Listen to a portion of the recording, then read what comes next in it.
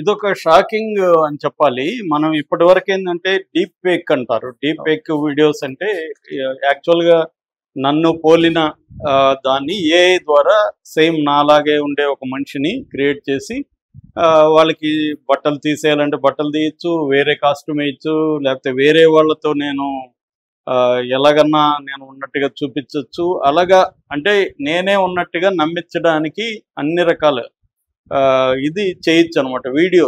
ఒకప్పుడు ఏంటంటే ఫోటోలు మార్ఫింగ్ ఫోటోలు అనేవి ఉండేవి.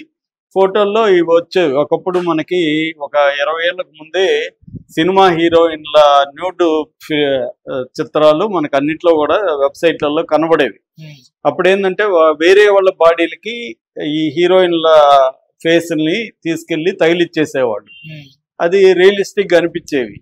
వాళ్ళ కరెక్ట్గా వాళ్ళ సైజ్ అవన్నీ చూసుకొని దానికి చేసేవాళ్ళు. అప్పట్లో వీడియోలు ఉండేవి కాదు, ఫోటోలు మాత్రం అందరు హీరోలవి హీరోయిన్లవి అప్పటి నుంచే ఉన్నాయి.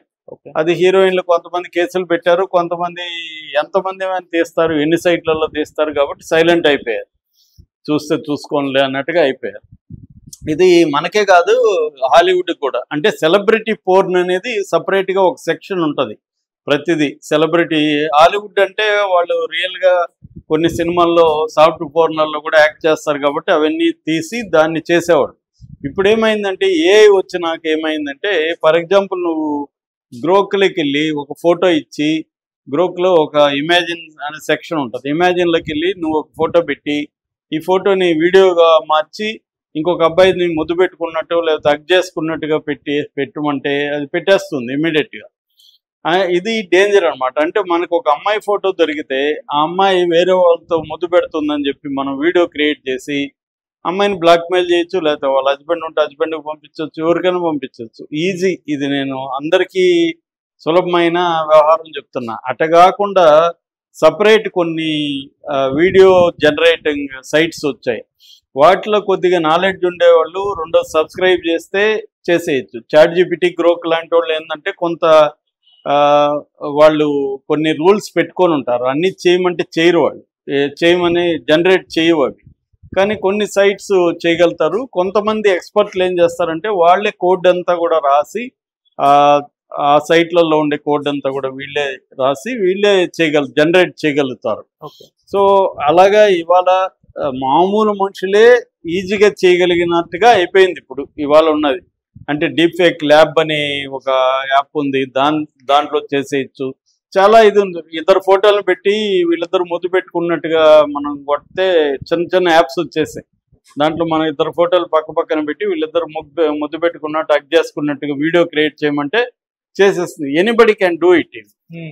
ఇవి కాకుండా యాజ్ ఇట్ ఈజ్గా ఒక మనిషిలాగా న్యూట్గా ఉన్నట్టు ఆ మనిషి వేరే వాళ్ళతో సెక్స్ చేస్తున్నట్టుగా కూడా పోర్న్ వీడియో కూడా క్రియేట్ చేయొచ్చు. ఇప్పుడు ఆ టెక్నాలజీ వచ్చేసింది. అలాగా చిరంజీవిది చేశారని చెప్పి అది ఏ వెబ్సైట్లు అనేది నేనైతే వెబ్సైట్లు చూడలేదు. ఆయన కూడా మరి వాళ్ళ కంప్లైంట్లో ఇచ్చుండొచ్చు పలానా వెబ్సైట్లని, కానీ అది లీక్ కాలేదు బయటికి. ఎందుకంటే బయటికి లీక్ అయితే ఇంకా ఎక్కువ మంది చూస్తారు కదా ఆ సైట్లకి వెళ్ళి, అందుకని లీక్ కాలేదు. సో చిరంజీవిని ఒక 3 వీడియోలు ఉన్నట్టుగా ఇప్పుడు కంప్లైంట్ ఇచ్చినట్టుగా చెప్తున్నారు. మొత్తం 5 కంప్లైంట్లు చిరంజీవి ఇచ్చినట్టుగా చెప్తున్నారు. మినిమం 3 వీడియోలు ఉన్నాయి, ఇంకా ఎక్కువ ఉన్నాయని. మీనాక్షి అనే ఒక ఆమెతో ఉన్నట్టుగా ఒక వెబ్సైట్ రాసింది. ఇవన్నీ ఎంత నిజాలు తెలియదు, ఎందుకంటే చిరంజీవి ఇచ్చిన కంప్లైంట్ బయటికి రాలేదు, కాపీ రాలేదు. ఎఫ్ఐఆర్ అయితే చేశారు. మొన్న ఆయన పర్సనల్గా వెళ్ళి సజ్జనార్ను కూడా కలిశాడు. సైబర్ సెల్లో కంప్లైంట్ ఇవ్వమని సజ్జనార్ చెప్తే మొత్తంగా 5 రకాల కంప్లైంట్లు ఇచ్చినట్టుగా తెలుస్తుంది. దీనికి సంబంధించి ఎఫ్ఐఆర్ చేశారు.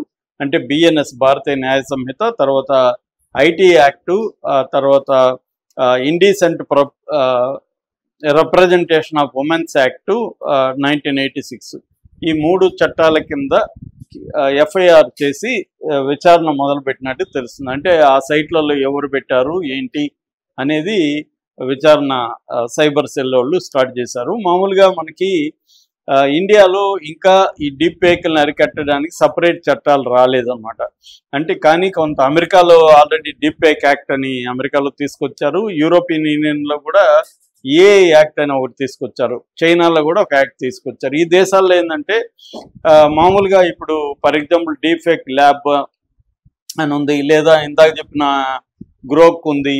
వీళ్ళని రేపొద్దున దీంట్లో నేను గ్రోక్లో జనరేట్ చేసింది ఎక్కడో పెట్టాను అనుకో, ఆ పెట్టిన దాంట్లో మెటా డేటాలో గ్రోక్ ఉండాలి. అంటే మనకి సైబర్ వాళ్ళు రేపు చూస్తే మెటా డేటా రావాలి. ఆ మెటా డేటాలో గ్రోక్లో చేసినట్టు పలాని ఐపీ అడ్రస్ చేసినట్టు కూడా డీటెయిల్స్ రావాలి అనేది చట్టాలు తయారు చేశారు. మనోళ్ళు ఇంకా అటువంటి చట్టాలు తయారు చేయలేరు, కొత్త చట్టాలు తయారు చేయాలి.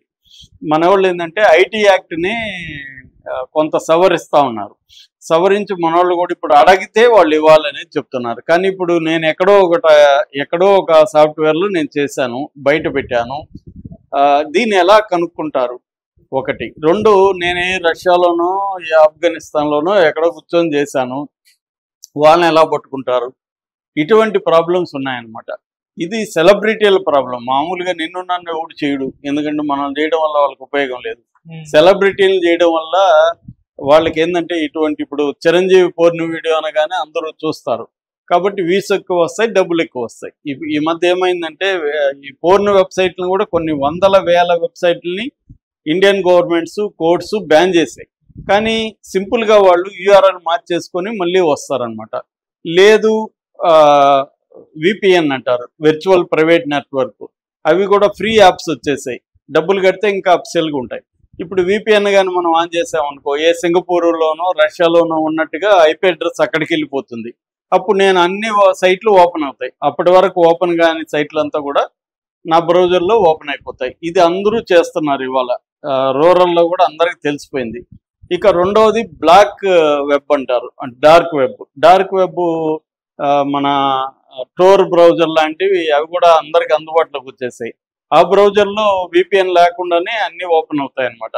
కాబట్టి ఇప్పుడు అన్ని సైట్లు బ్యాన్ చేసిన ప్రతి సైటు ఓపెన్ అయిపోతున్నాయి.